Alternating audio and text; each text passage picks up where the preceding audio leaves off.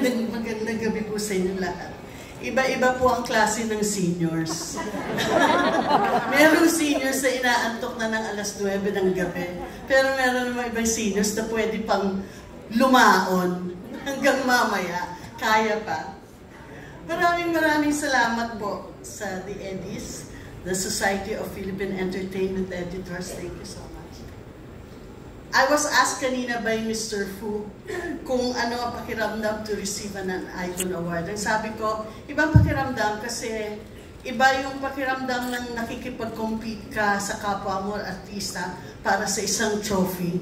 At iba rin ang pakiramdam kapag ikaw ay kasama ng mga mas senior sa akin, katulad nila Tita Nova, ni Tita Eva, ni Kumpareng Leo, at saka ni Senator Lito Lapid. Iba ang pakiramdam dahil ino-honor yung achievements namin at ang contributions namin para sa movie industry. Maraming salamat for honoring us tonight. At itong award na ito, itong trophy na ito, ay inaalay ko hindi lamang sa aking mga anak na si Ryan, si Jeffrey, at saka si AJ, at ang kanilang mga asawa, si Kathy, si Rosetti, at si Jelly, kundi ito ay para sa aking 8 apo.